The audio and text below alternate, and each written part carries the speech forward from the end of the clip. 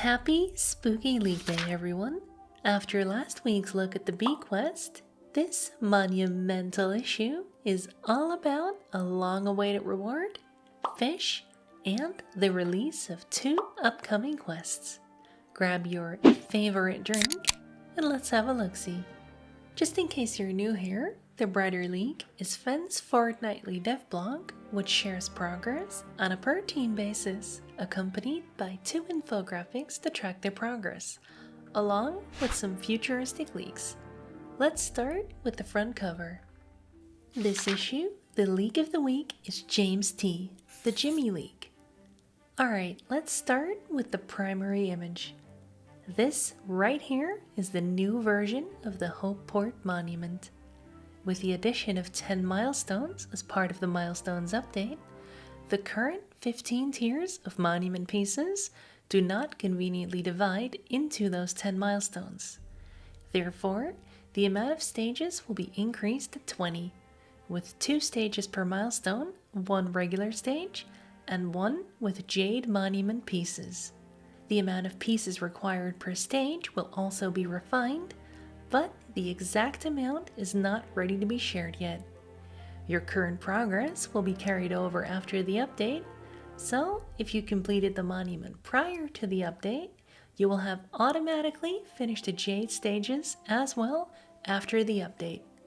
Oh, and the release of the Milestones update will also be adding a reward for completing the monument. Finally, perhaps it'll have something to do with Jade. Who knows? Well, I suppose the Kryn civilization would, since they allegedly used the monument to boost their magic powers, but they're long gone. Okay, now for the secondary image. This is one of the different tiers of pufferfish boxes to be added with the Milestones update.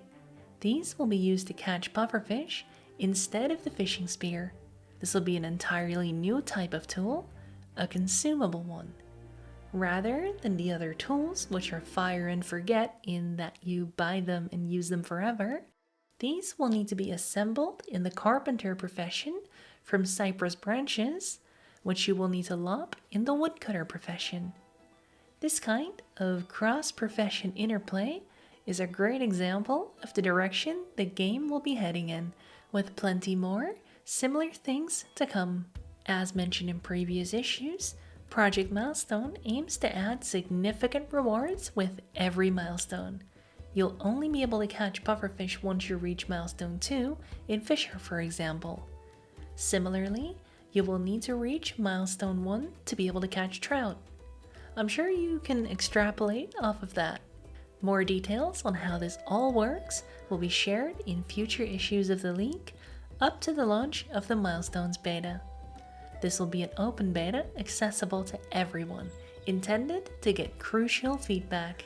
The date for the beta will be shared later. And just briefly, before we move on, let's take a look at the background image, as we can see the new bone that will be added with the Milestones update. Shark teeth. I suppose this is the whole jaw, but still. Perhaps these will be part of the monument reward as well in some way. And that's all for the front cover. Let's go over the progress by team.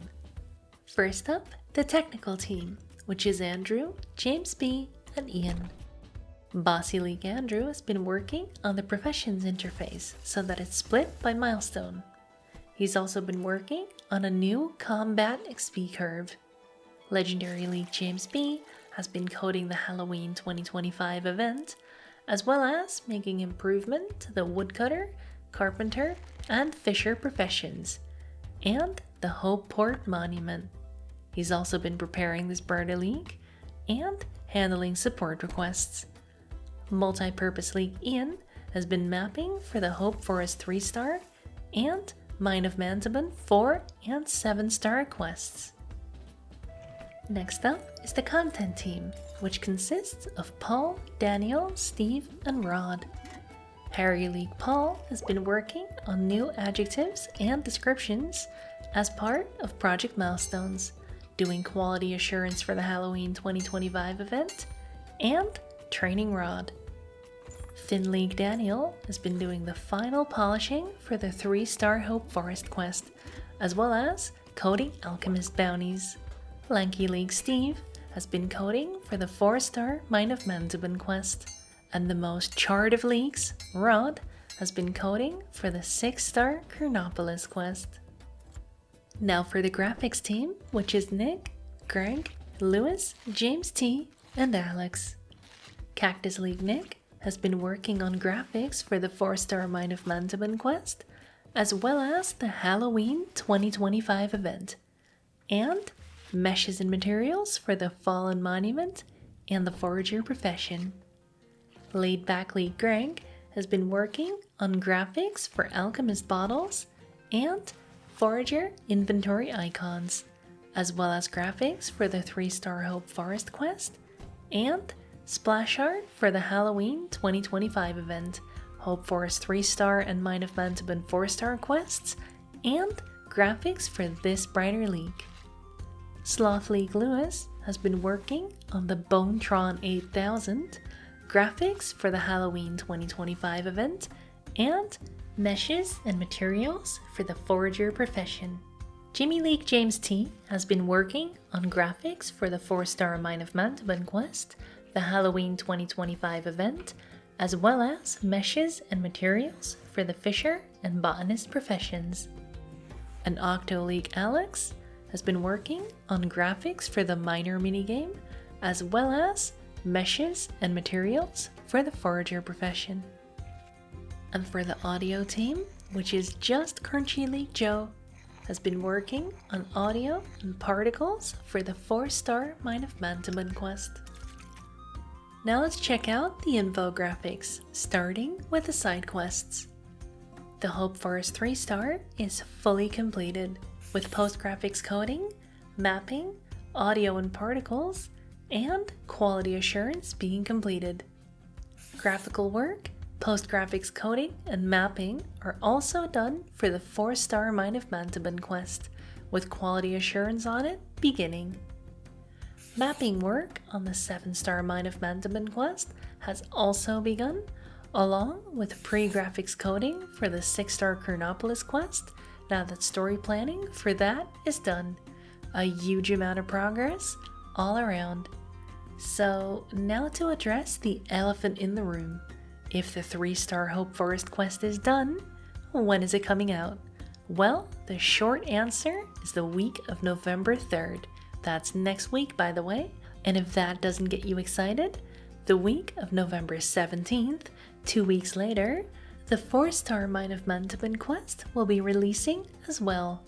Of course, the dates could change, but this is what the team is aiming for.